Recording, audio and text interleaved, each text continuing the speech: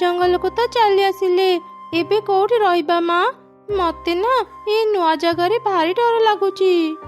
ଆରେ ମା, ତୁ ଚିନ୍ତା କରନି, ଆମେ ଖୁବ୍ ଶୀଘ୍ର ଏକ ନୂଆ ଘର ତିଆରି କରିନେବା। ଚାଲି ଏ ଜଙ୍ଗଲର ପକ୍ଷୀଙ୍କୁ ଭଲ ଜାଗା ପଚାରି ସେ ଜାଗାରେ ଘର ତିଆରି କରିନେବା। କାଉ ଭଉଣୀ, କାଉ ଭାଇ, ମୁଁ ଏ ଜଙ୍ଗଲକୁ ନୂଆ ଆସିଛି। ଏ ଜଙ୍ଗଲ ବିଷୟରେ ମୁଁ ବେଶୀ କିଛି ଜାଣିନି। କୋଉ ଜାଗାରେ ଘର ତିଆରି କଲେ ହିଂସ୍ର ଜନ୍ତୁମାନେ ଆମ ଉପରେ ଆକ୍ରମଣ କରିବେନି, ଟିକେ କହିପାରିବେ? ମୁଁ ଏଯାଏଁ ଘର ତିଆରି କରିନି। ଭଲ ଜାଗା ପାଇଲେ ମୁଁ ଘର ତିଆରି କରିବି ଭାବିଛି। ମତେ ଟିକେ ସାହାଯ୍ୟ କର। ଆମେ ଏ ଜଙ୍ଗଲରେ ଏତେ ଦିନରୁ ରହିକି ବି କାମ ପାଉନୁ, ଆଉ ଇଏ ଚାଲି ଆସିଲେ ଭାଗ ବସେଇବା ପାଇଁ। ରହ, ତତେ ଏମିତି ଏକ ଜାଗାର ନାଁ କହୁଛି ଯୋଉଠି ରହିଲେ ତୁ ଶାନ୍ତିରେ ମରିପାରିବୁ। ହଁ ହଁ, ଆମେ ତତେ ନିଶ୍ଚୟ ସାହାଯ୍ୟ କରିବୁ। ଆମ ଜଙ୍ଗଲର ଶେଷ ମୁଣ୍ଡରେ ଏକ ଭଲ ଜାଗା ଅଛି। ସେଠି କିଛି ଗଛ ବି ଅଛି। ସେଇ ଗଛରେ ଘର ତିଆରି କରି ତୁ ରହିପାରିବୁ। ଆମେ ବି 2 ଦିନ ପରେ ଆମ ଘର ନେଇ ସେଠାକୁ ଯିବୁ। ଏଠି ନା ଅନେକ ହିଂସ୍ର ଜନ୍ତୁ ବଢିଗଲେଣି। ସବୁ ଚଢେଇ ଏବେ ସେଇଠି ଘର ତିଆରି କରି ରହିବେ। ତୁ ଯା, ଆଗ ଘର ତିଆରି କରି ରହ, ଆମେ ବି ତ ପଛେ ପଛେ ଯିବୁ। ମତେ ସାହାଯ୍ୟ କରିଥିବାରୁ ତୁମକୁ ଅନେକ ଅନେକ ଧନ୍ୟବାଦ। ମୁଁ ଏବେ ଯାଏ ସେଠି ଘର ତିଆରି କରି ରୁହେ। ହଁ ହଁ, ଯା ଯା, ରାତି ହେଲେ ତୁ ଜାଣିପାରିବୁ ତୋ ସହ କଣ ହେବ। ମା ଚଢ଼େଇଟି ଛୋଟ ଛୋଟ କାଠ ପତ୍ର ଖୋଜି ଆଣି ଏକ ଘର ତିଆରି କଲା। କିଛି ସମୟ ପରେ ରାତି ହେଇଗଲା। ମା, ମତେ ଜମା ବି ନିଦ ଲାଗୁନି। ଚାଲ ନା ମା, ଟିକେ ଖେଳିବା। ଆରେ ମା, ଏତେ ରାତିରେ ଖେଳିବୁ? ଆଚ୍ଛା ହଉ, କଣ ଖେଳିବୁ କହ। ତାପରେ ମା ଚଢ଼େଇଟି ତା ଝିଅ ସାଙ୍ଗରେ ଖେଳିଲା। ମା ଚଢ଼େଇର ଘର ପାଖରେ ହିଁ ଏକ ରାକ୍ଷସ ଚିଲ ରହୁଥିଲା। ମା ଛୁଆଙ୍କ ଖେଳିବା ଶବ୍ଦରେ ସେ ରାକ୍ଷସ ଚିଲର ନିଦ ଭାଙ୍ଗିଗଲା। କିଏ କିଏ ଖେଳୁଛ? ତମ ଖେଳ ପାଇଁ ମୋ ନିଦ ଭାଙ୍ଗିଗଲା। ଶୀଘ୍ର କୁହ, କିଏ ଖେଳୁଛ? ନା ନା, ଆମେ ତ ପିଞ୍ଜରାରେ ବନ୍ଦୀ ହେଇ ଅଛୁ। ଆମେ କେମିତି ଖେଳିପାରିବୁ? ନିଶ୍ଚୟ ଆପଣ ସ୍ୱପ୍ନ ଦେଖୁଥିବେ। ନା, ମୁଁ ଠିକ୍ ଶୁଣିଛି। ନିଶ୍ଚୟ ମୋ ଘର ଆଖପାଖରେ କିଏ ଖେଳୁଛି। ମୁଁ ଶୀଘ୍ର ଯାଇ ଦେଖେ। ଏମିତି କହି ରାକ୍ଷସ ଚିଲ ତା କଖାରୁ ଘରୁ ବାହାରି ଆଖପାଖରେ ଖୋଜିଲା। ଏମିତି ଖୋଜୁ ଖୋଜୁ ସେ ଚଢ଼େଇର ଘର ଦେଖି ତା ପାଖକୁ ଗଲା। କିଏ ମୋ ଜାଗାରେ ଘର ତିଆରି କରିଛି? ଶୀଘ୍ର ବାହାରକୁ ଆସେ, ନହେଲେ ମୁଁ ତ ଘର ଭାଙ୍ଗିଦେବି। ରାକ୍ଷସ ଆଜ୍ଞା, ମୁଁ ଜାଣିନଥିଲି ଏଇଟା ଆପଣଙ୍କର ଜାଗା। ନହେଲେ ମୁଁ କେବେ ବି ଏଠି ଘର ବନେଇ ନଥାନ୍ତି। ଘର ତିଆରି କରି ଭଲ କରିଛୁ। ଏବେ ମତେ ଆଉ କଷ୍ଟ କରି ଶିକାର ଖୋଜିବାକୁ ପଡ଼ିବନି। ରାକ୍ଷସ ଚିଲ ମା ଛୁଆଙ୍କୁ ନେଇ ତା ଘରେ ବନ୍ଦୀ କରି ରଖିଲା। ଆରେ ଚଢ଼େଇ, ତୁ କାହିଁକି ଏ ଜାଗାକୁ ଆସିଲୁ? ତୁ କଣ ଜାଣିନଥିଲୁ ଏଠି ଗୋଟେ ରାକ୍ଷସ ଚିଲ ରୁହେ? ଯିଏ ବି ଏ ଜାଗାକୁ ଆସେ ରାକ୍ଷସ ଚିଲ ତାକୁ ବନ୍ଦୀ କରି ରଖେ। ମୁଁ ଏକଥା ଜାଣିନଥିଲି। କାଉମାନଙ୍କ କଥାରେ ପଡ଼ି ମୁଁ ଏଠାକୁ ଘର ତିଆରି କରିବାକୁ ଚାଲି ଆସିଲି। କଣ ହେଲା? ସେ ଦୁଷ୍ଟ କାଉମାନେ ତତେ ବି ମିଛ କଥା କହି ଏ ଜାଗାକୁ ପଠେଇ ଦେଲେ? ମୁଁ ଯେତେବେଳେ ଜଙ୍ଗଲକୁ ନୂଆ ଆସିଥିଲି, କାଉମାନେ ମତେ କହିଥିଲେ ଏ ଜାଗାକୁ ଆସିଲେ ମତେ ଭଲ କାମ ମିଳିବ। ମୁଁ ତାଙ୍କ କଥାକୁ ବିଶ୍ୱାସ କରି ଏଠାକୁ ଚାଲି ଆସିଲି, ଆଉ ରାକ୍ଷସ ଚିଲ ମତେ ବନ୍ଦୀ କରିନେଲା। ଏ ଘର ଗୋଟେ ଏମିତି ଘର, ଭିତରର ଶବ୍ଦ ବାହାରକୁ ଯାଏନି। ବାହାରର ସବୁ ଶବ୍ଦ ଏ ଘର ଭିତରେ ଶୁଣାଯାଏ। ସେଥିପାଇଁ ଚିଲ ଖୁବ୍ ଶୀଘ୍ର ଜାଣିଯାଏ କିଏ ତା ଘର ପାଖକୁ ଆସିଛି। ସେ ଆମକୁ ସବୁ କଥା କହିଛି। ସେଥିପାଇଁ ଆମେ ପାଟି ନ କରି ଚୁପ୍ ହେଇ ବସିଛୁ। ହେଲେ ଏମିତି ଚାଲିଲେ ତ ରାକ୍ଷସ ଚିଲ ଆମକୁ ଖାଇଦେବ। ଏଠାରୁ ମୁକ୍ତ ହେବା ପାଇଁ ଆମକୁ କିଛି ଉପାୟ ଚିନ୍ତା କରିବାକୁ ହେବ। ଚଢ଼େଇ ମାନେ ଚିନ୍ତାରେ ଥିଲେ। ସେ ରାତି ବିତିଗଲା। ପରଦିନ ସକାଳେ ଏଇ ଚଢ଼େଇ, ଆଗ ତୁ ଆସେ, ଆଜି ମୁଁ ତତେ ଖାଇବି। ରାକ୍ଷସ ଆଜ୍ଞା, ତୁମେ ଯଦି ମତେ ଏବେ ଖାଇବ, ମୋ ଦେହରେ ମାଂସ ପାଇବନି। କାହିଁକି ନା ମୁଁ ଅନେକ ଦିନରୁ କିଛି ଖାଇନି, କେବଳ ପାଣି ପିଇକି ବଞ୍ଚିଥିଲି। ମତେ 2 ଦିନ ସମୟ ଦିଅ। ମୁଁ ଭଲ ଭଲ ଖାଇବା ଖାଇଲେ ଶୀଘ୍ର ମୋଟା ହେଇଯିବି। ତାପରେ ତୁମେ ମତେ ଖାଇଲେ ତୁମ ପେଟ ପୁରିଯିବ। ମୋ ଘରେ ଖାଇବା ନାହିଁ, ମୁଁ ତତେ କଣ ଖାଇବା ଦେଇପାରିବି? ଚିନ୍ତା କରନି ରାକ୍ଷସ ଆଜ୍ଞା, ମୁଁ ବାହାରକୁ ଯାଇ ନିଜ ପାଇଁ ଆଉ ଅନ୍ୟମାନଙ୍କ ପାଇଁ ଖାଇବା ନେଇ ଆସିବି। ଆମେ ସମସ୍ତେ ଖାଇ ପିଇକି ମୋଟା ହେଲେ ସିନା ତୁମେ ଆମକୁ ମଜା କରି ଖାଇପାରିବ। ହେଲେ ତୁ ଯଦି ବାହାରକୁ ଗଲେ ଆଉ ଯଦି ଫେରିବୁନି, ମୁଁ କଣ କରିବି? ମୁଁ ମୋ ଝିଅକୁ ଏଠି ଛାଡ଼ିକି ଯାଉଛି। ମୋ ଝିଅକୁ ନ ନେଇ ମୁଁ କେମିତି ଏକାଠୁ ଚାଲିଯିବି? ମୁଁ ନିଶ୍ଚୟ ଫେରିବି। ଆଚ୍ଛା ଠିକ୍ ଅଛି, ତୁ ଏବେ ଯା, ଶୀଘ୍ର ଖାଇବା ଧରି ଫେରିବୁ। ତାପରେ ମା ଚଢ଼େଇଟି ଶୀଘ୍ର ବାହାରକୁ ଗଲା। ସେ କ'ଣ କରିବ ନ କରିବ ଚିନ୍ତା କରିବା ସମୟରେ ହଠାତ୍ ବଞ୍ଚାଅ ବଞ୍ଚାଅ ଚିତ୍କାର ଶୁଣିଲା। ସେ ଶବ୍ଦ ଶୁଭୁଥିବା ଜାଗାକୁ ଯାଇ ଦେଖିଲା ଏକ ଚିଲକୁ କିଛି ଶିକାରୀ ପିଞ୍ଜରାରେ ବନ୍ଦୀ କରି ରଖିଥିଲେ। ମା ଚଢ଼େଇ ଚିଲ ପାଖକୁ ଗଲା। ଚଢ଼େଇ, ମତେ ଟିକେ ସାହାଯ୍ୟ କର। ମୁଁ ଏଇ ଜଙ୍ଗଲର ରାଜା। ଏକ ଜରୁରୀ କାମରେ ମୁଁ ପାଖ ଜଙ୍ଗଲର ତାନ୍ତ୍ରିକ ପାଖକୁ ଯାଇଥିଲି। ଫେରିବା ସମୟରେ ଶିକାରୀମାନଙ୍କ ଜାଲରେ ମୁଁ ପଡ଼ିଗଲି। ଶୀଘ୍ର ମତେ ଏଇ ପିଞ୍ଜରା ଭିତରୁ ବାହାର କର, ନହେଲେ କଖାରୁ ଘରେ ରହୁଥିବା ସେ ରାକ୍ଷସ ଚିଲ ଅନେକ ଚଢ଼େଇଙ୍କୁ ମାରିଦେବ। କ'ଣ ହେଲା? ଆପଣ ସେ ରାକ୍ଷସ ଚିଲକୁ ଜାଣିଛନ୍ତି? ସେ ମୋ ଝିଅ ସହ ଅନେକ ଚଢ଼େଇଙ୍କୁ ବନ୍ଦୀ କରି ରଖିଛି। ଠିକ୍ ଅଛି, ମୁଁ ଆପଣଙ୍କୁ ସାହାଯ୍ୟ କରିବି। ହେଲେ ଏଇ ପିଞ୍ଜରା ଭିତରେ ମୁଁ ଆପଣଙ୍କୁ କେମିତି ମୁକ୍ତ କରିବି? ଚଢ଼େଇ, ଶିକାରୀମାନଙ୍କ ପାଖରେ ମୋ ପିଞ୍ଜରାର ଚାବି ଅଛି। ତୁ କୌଣସି ମତେ ଶିକାରୀଙ୍କ ପାଖରୁ ସେ ଚାବି ନେଇଆ। ଏମିତି ଶୁଣି ଚଢ଼େଇ ଶୀଘ୍ର ଶିକାରୀଙ୍କ ପାଖକୁ ଗଲା। ସେ ଦେଖିଲା ଶିକାରୀମାନେ କଥା ହେବାରେ ବ୍ୟସ୍ତ ଥିଲେ। ତାଙ୍କ ପାଖରେ ହିଁ ପିଞ୍ଜରାର ଚାବି ଥିଲା। ସୁଯୋଗ ଦେଖି ମା ଚଢ଼େଇ ସେ ପିଞ୍ଜରାର ଚାବି ନେଇ ଆସିଲା ଆଉ ଚିଲକୁ ମୁକ୍ତ କରିଦେଲା। ତାପରେ ଚିଲ ଆଉ ମା ଚଢ଼େଇ ଅନେକ ଦୂରକୁ ଉଡ଼ିଗଲେ। ଧନ୍ୟବାଦ ଚଢ଼େଇ, ଆଜି ମୁଁ ତୋ ପାଇଁ ସେ ପିଞ୍ଜରା ଭିତରୁ ମୁକ୍ତ ହେଇପାରିଲି। କଖାରୁ ଘରେ ରହୁଥିବା ସେ ରାକ୍ଷସ ଚିଲ ପାଖରେ ଅନେକ ଚଢ଼େଇ ବନ୍ଦୀ ହେଇ ଅଛନ୍ତି। ତାଙ୍କୁ ମୁକ୍ତ କରିବା ପାଇଁ ଆପଣଙ୍କ ପାଖରେ କିଛି ରାସ୍ତା ଅଛି? ହଁ, ସେ ରାକ୍ଷସ ଚିଲ ଅନେକ ଶକ୍ତିଶାଳୀ। ଆମେ ସମସ୍ତେ ମିଶିଲେ ବି ତାକୁ ହରେଇ ପାରିବାନି। ତାର କିଛି ବ୍ୟବସ୍ଥା କରିବା ପାଇଁ ହିଁ ମୁଁ ପାଖ ଜଙ୍ଗଲର ତାନ୍ତ୍ରିକ ପାଖକୁ ଯାଇଥିଲି। ସେ ତାନ୍ତ୍ରିକର କହିବା ଅନୁଯାୟୀ ରାକ୍ଷସ ଚିଲର ସବୁ ଶକ୍ତି ସେ କଖାରୁ ଘରେ ଅଛି। ଚିଲ କଖାରୁ ଘରେ ନଥିବା ସମୟରେ ତା କଖାରୁ ଘରକୁ ଭାଙ୍ଗି ପାରିଲେ ରାକ୍ଷସ ଚିଲର ଶକ୍ତି ଚାଲିଯିବ ଆଉ ଆମେ ତାକୁ ଖୁବ୍ ସହଜରେ ହରେଇ ପାରିବା। ଆଚ୍ଛା, ଏମିତି କଥା। ତେବେ ମୋ ପାଖରେ ଏକ ଉପାୟ ଅଛି। ମୋ ସାଙ୍ଗରେ ସେ ରାକ୍ଷସ ଚିଲ ପାଖକୁ ଚାଲନ୍ତୁ। ରାସ୍ତାରେ ମୋ ଯୋଜନା କଥା ଆପଣଙ୍କୁ କହିଦେବି।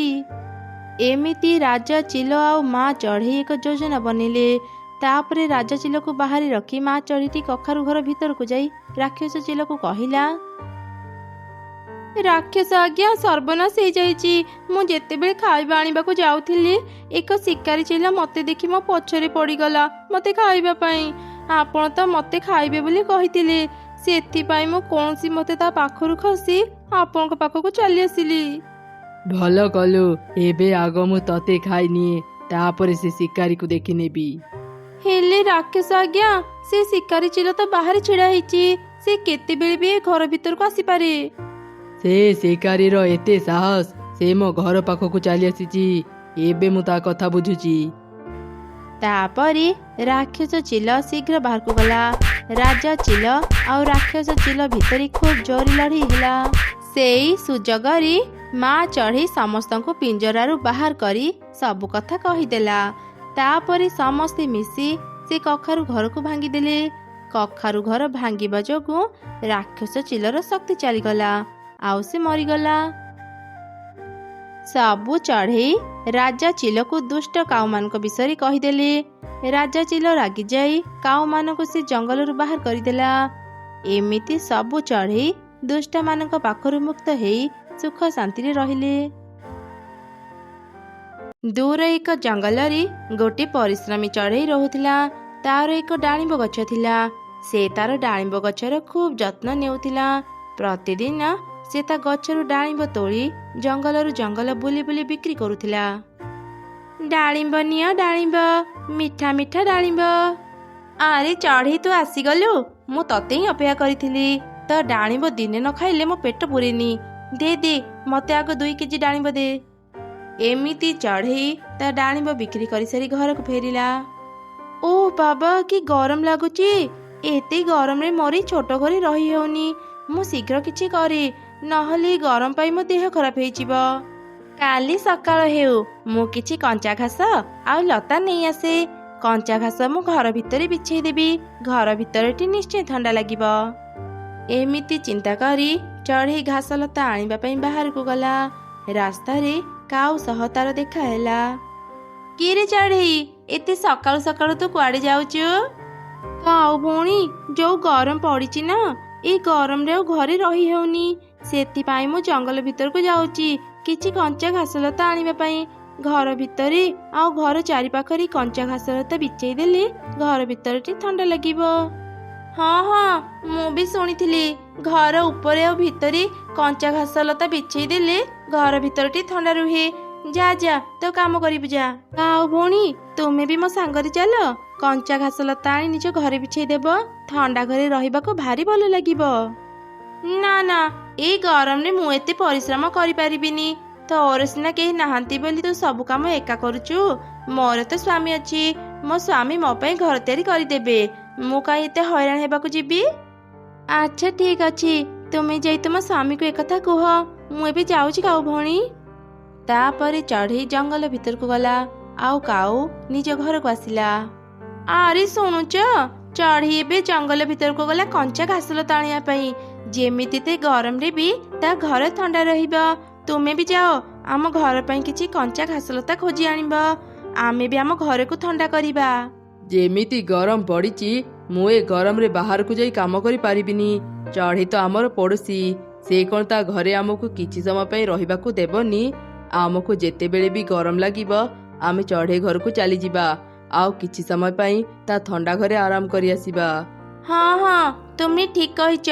ଏତେ ପରିଶ୍ରମ କରି ଘର କରିବା ଅପେକ୍ଷା ଚଢ଼େଇ ଘରେ କିଛି ସମୟ ପାଇଁ ଆରାମ କରିନେବା। ସେପଟେ ଚଢ଼େଇ ଘାସ ଲତା ଦେଇ ନିଜ ଘରକୁ ସୁନ୍ଦର କରି ତିଆରି କରିନେଲା। ସେତେବେଳେ କାଉର ସ୍ତ୍ରୀ ତା ଘରକୁ ଆସିଲା। ଆରେ ଚଢ଼େଇ, ତୋ ଘର ତିଆରି କାମ ସରିଗଲା? ହଁ ହଁ କାଉ ଭଉଣୀ, ମୋ ଘର ତିଆରି ସରିଗଲା। ଭିତରକୁ ଆସି ଦେଖିଯାଅ ମୋ ଘର କେମିତି ଥଣ୍ଡା ଅଛି। ଆରେ ବାଃ ଚଢ଼େଇ, ସତରେ ତ ତୋ ଘର ଭିତରଟା ବହୁତ ଥଣ୍ଡା ଅଛି। ହଁ କାଉ ଭଉଣୀ, ମୁଁ ଅନେକ ପରିଶ୍ରମ କରି ଘର ତିଆରି କରିଛି। ମୋ ଘର ଭିତରଟା ଥଣ୍ଡା ଲାଗିବନି କେମିତି? ଆରେ ଶୁଣୁଛ, ମୁଁ ନା ଏବେ ସେ ଚଢ଼େଇର ଘରକୁ ଯାଇଥିଲି। ତା ଘର ଭିତରଟା ନା ଭାରି ଥଣ୍ଡା। ମୋର ତ ତା ଘରୁ ବାହାରିବାକୁ ଇଚ୍ଛା ହେଉନଥିଲା। ଆଚ୍ଛା ତାହେଲେ ଚାଲ ଏବେ ସେ ଚଢ଼େଇ ଘରକୁ ଯିବା, ଆଉ କିଛି ସମୟ ଆରାମ କରି ଆସିବା। ଚଢ଼େଇ ଅନେକ କଷ୍ଟ କରି ତା ଘର ବନେଇଛି, ସେ କ'ଣ ଏମିତି ତୁମକୁ ତା ଘରେ ରହିବାକୁ ଦେବ? ତାହେଲେ ଏବେ କ'ଣ କରିବା? ଶୁଣ, ମୋ ପାଖରେ ଏକ ଉପାୟ ଅଛି, ଯାଦ୍ୱାରା ଚଢ଼େଇ ଖୁବ୍ ସହଜରେ ଆମକୁ ତା ଘରେ ରହିବାକୁ ଦେବ। ଏମିତି ଦୁଇ କାଉ ଏକ ଯୋଜନା ବନେଇଲେ। ପରଦିନ କାଉର ସ୍ତ୍ରୀ ଚଢ଼େଇର ଘରକୁ ଗଲା। ଆରେ ଚଢ଼େଇ, ସର୍ବନାଶ ହେଇଗଲା। ଗରମ ପାଇଁ ମୋ ସ୍ୱାମୀ ବେହୋସ ହେଇଯାଇଛନ୍ତି। ଚଢ଼େଇ, ତୋ ଘର ତ ବହୁତ ଥଣ୍ଡା। କିଛି ସମୟ ପାଇଁ ମୋ ସ୍ୱାମୀକୁ ତ ଘରେ ରହିବାକୁ ଦେଇଥା। ମତେ ଟିକେ ସାହାଯ୍ୟ କର ଚଢ଼େଇ। ଆଚ୍ଛା ଆଚ୍ଛା, ଆଉ କାନ୍ଦନି କାଉ ଭଉଣୀ, ଚାଲ ଶୀଘ୍ର କାଉ ଭାଇଙ୍କୁ ନେଇ ଆସିବା। ତାପରେ ଚଢ଼େଇ ଆଉ କାଉର ସ୍ତ୍ରୀ ମିଶି କାଉକୁ ନେଇ ଆସିଲେ।